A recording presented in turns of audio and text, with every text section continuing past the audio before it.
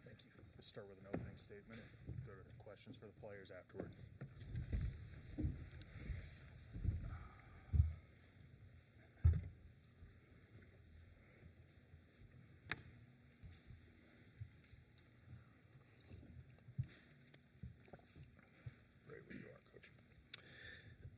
Well, obviously, what an unbelievable college basketball game, and watching Arkansas play on film, it just seemed like every game that they were in, there was these pretty dramatic runs of teams finding ways to either catch up or lose the lead, and they're such a dynamic team. Coach Cal's doing an unbelievable job with their belief, and they got basically their full roster back, even though it was limited. And so we knew going into the game that, man, it was just going to be difficult to defend them. And the way they started the game and the shots they were making, we made some decisions to go under ball screens, and it just felt like we were too passive. But that's to their credit, man. They came out and punched us good. And I just kept telling these guys in timeouts that we're going to win the game. And D5, I don't know what he started the game out, 0 for quite a few from 3, and Christian was 0 for, and I'm just telling him we're going to make them when it matters. And I believed it with all my heart. And that's Red Raider basketball. It doesn't matter what the score is, what's stacked against us. I think we got down 16 at one point in the second half, and telling JT we got to start getting stops and rebound. And I thought one possession was just huge, was Federico in there just getting, I don't know how many offensive rebounds he got on that one possession. And I thought that showed the grit of Red Raider basketball. And Chris ended up making a 3 at the end of it, and that started the real belief that we were going to win the game. Man, what a tremendous atmosphere, and it's an awesome opportunity to be on this team with these guys, because nobody believes more in each other than this group, and it's really a blessing to be a part of. We'll open it up to questions for the players. Players first. Darian, kind of struggled from the field there early in the game, but the last few minutes of the second half and obviously in overtime just took over. What would just kind of go through your mind there at the end of the game? Just stay aggressive and stop settling for threes. Obviously, it wasn't going in, but, I was shooting open ones, so they'll fall. But just trying to get to the rim. They're pretty long and lengthy, but they're not, very built, I would say. So Coach kept just saying, going through their chest, and like you said, I'm going to make them when it matters. Jared Johnson inside the Red Raiders. Christian, you really got to go in late in the game. How did that happen? Did simply just knocking down shots, or were plays run for you, and just kind of break that down? Obviously the past couple games I haven't been shooting it very well. At the start of this game, I started out 0 for, like Coach said, but I think at the defensive end, when we started to get stops as a team, and when momentum kind of shifted in our favor, I think that's when I started to knock down shots, and then the rest is how it played out. But at the defensive end is how I started making shots. So the momentum shifted our way, and then it worked in our favor. Question for Darian. How does it feel to represent and come through clutch like that, just 90 minutes away from where you grew up at in Sacramento? It was great. I got about 30 to 40 family and friends here, so it was just great to see their faces. Being so far away from home, they don't get to come to a lot of games, so just having everybody there felt good. But these guys are my family, are my extended family, so it just felt good. Jackson Fuller, Southwest Times Record. Christian, your coach kind of talked about it, the offensive rebounds. Could you feel on the sideline maybe the belief, not only just how it got you guys closer on the scoreboard, but maybe momentum-wise? How big were those offensive rebounds in the second half? Yeah, they were huge. Like Coach said, Fetty had I don't know how many offensive rebounds in that one possession, and I think we got 4 shots and then ended with a layup. So I think that's what kind of started the party, and then, shots weren't falling, so we knew we had to make a point to go rebound our misses, because, it was such a big lead we had to overcome. So we had to get offensive rebounds, defensive rebounds, and, that's kind of what kept us in the game, and then it proved big for us at the end. Darian, Ron Krejcik from the San Francisco Chronicle. I know this game is still fresh, but what do you think about Saturday against Florida, and how much does the way you won tonight maybe fuel you for Saturday? Obviously, it's a really good team, and they're 1 seed for a reason, and you never know how the game's going to go, so can't really compare games. Just got to see how it goes. But we got to come out and be the more aggressive team, be the toughest team. Further questions from the room for the players? Hey, Darian, how much did early in the season, St. Joe's the opportunity, a shot rimmed out, but then Houston made that big shot. How much did those opportunities play a role in you being able to step up tonight? I played a lot, honestly, because obviously I was mad. I was missing him. But my teammates and coach just kept telling me we're going to make him down the line, and he's going to rock with me whether I make or miss it. So just seeing it come to fruition and be good in this big moment is really cool. Hi, Ryan Leong, Broadcast Sports Media. Question for both you gentlemen. You guys are down by 16 points about almost halfway through the second half. How did you guys know that you would be able to come over an almost insurmountable lead like that?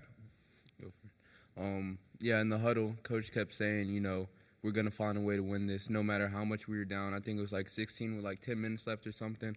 And yeah, as a team, we kind of, had that look like we're not losing this game no matter what.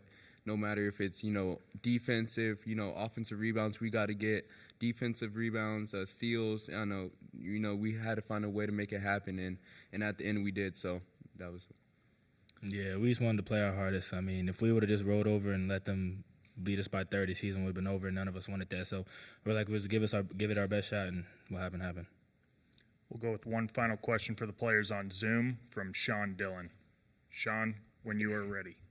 John Dillon, Alpha Media USA. After starting 0 for 5 from 3 shots, 3 threes in a 3-minute stretch, Christian, what does coach and the rest of the team's belief in you to make those key shots mean to you? It means everything because, you can't, hit those 3 threes that I hit at the end of the game if you don't have belief in everybody, if it's your teammates or your coaches. So, they tell me keep shooting those open shots, keep making the right plays. And, if I miss 0 for 10, and that next 3 is going to come up and it's a good shot, then I'm going to take it. So that, that belief fuels me to go and make plays. So, yeah. Christian, Darian, thank you. Guys are good to go.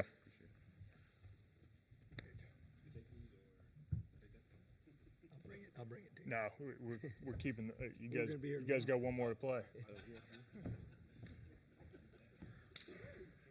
We'll open it up to questions for Coach McCaslin here.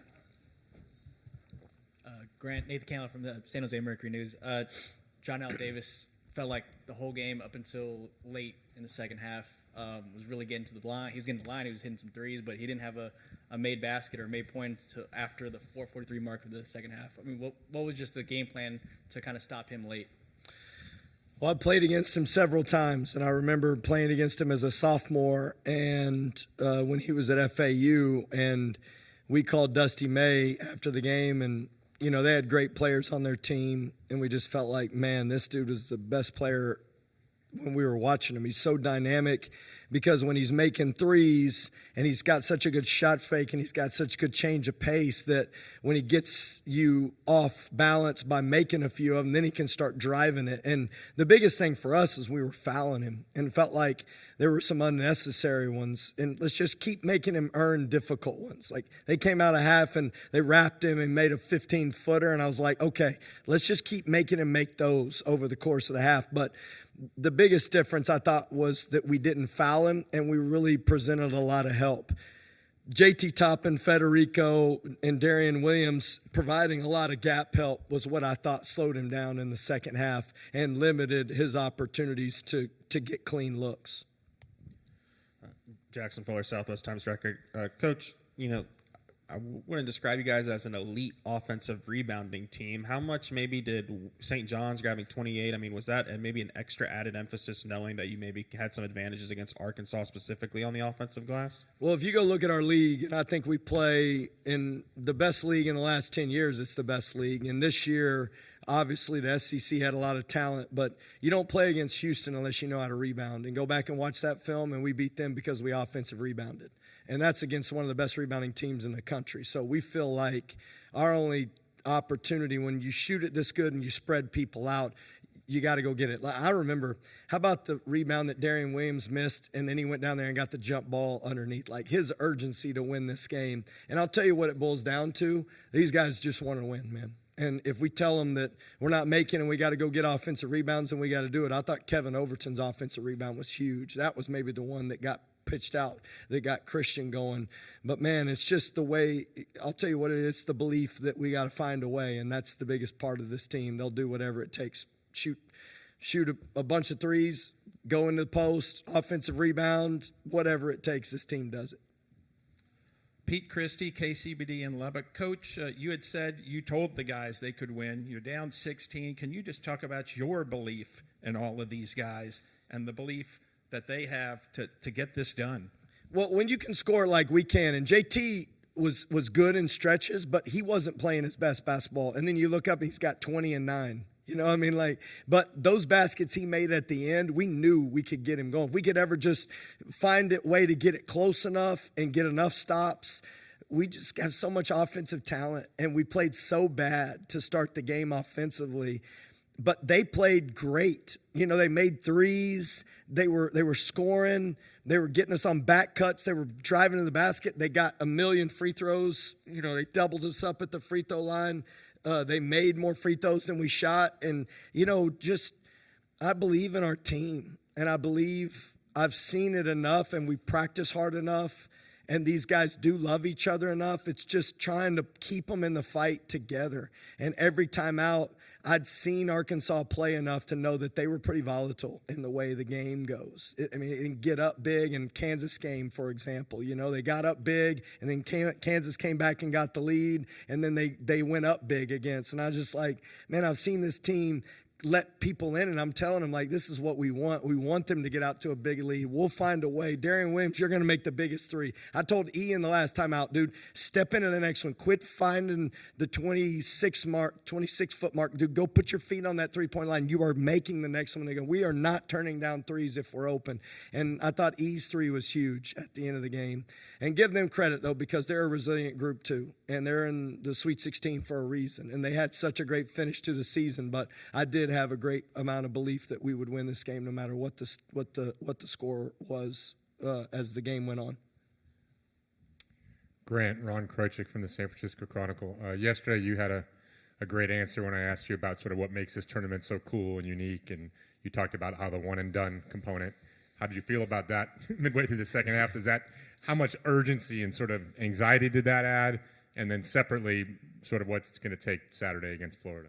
Well, I'll tell you, it shows a lot about Christian Anderson's calmness as a freshman, because we put the ball in his hands in the middle of the floor several times, and he just delivered. You know, he really did. 22 points. But what he talks about up here, when you hear him, he had no turnovers. But what he talks about up here is like what he needed to do defensively. It's just such a cool experience as a coach to know that when the game's on the line, he's such an offensive talent, but he thinks, like, how do we get stops defensively? That's the core belief of what we do.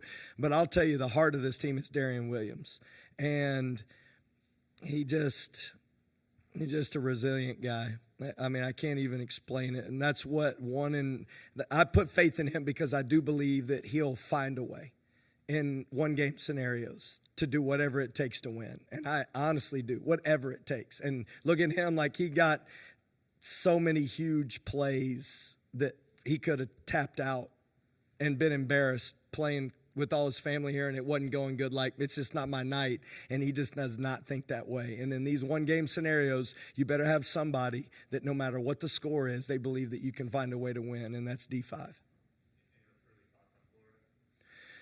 The biggest thing for me in watching them play, and I watched them play Arizona State, and they smacked Arizona State. And Arizona State was playing really good basketball at the time early in the season. And, man, can they score? And do they have a plan that I think they execute as good as anybody in the country? And I watched a little bit of the SEC championship and watched them basically just play their best basketball of the year, and heard consistently from coaches that they're playing as the best of anybody in the country. So, you know, this is what you sign up for when you play in the NCAA tournament. You want the opportunity to play the best, but we've got a tremendous amount of respect, because I think they play the right way, and they can beat you in a ton of different ways, but they've got grit and fight and a great plan, and they execute it.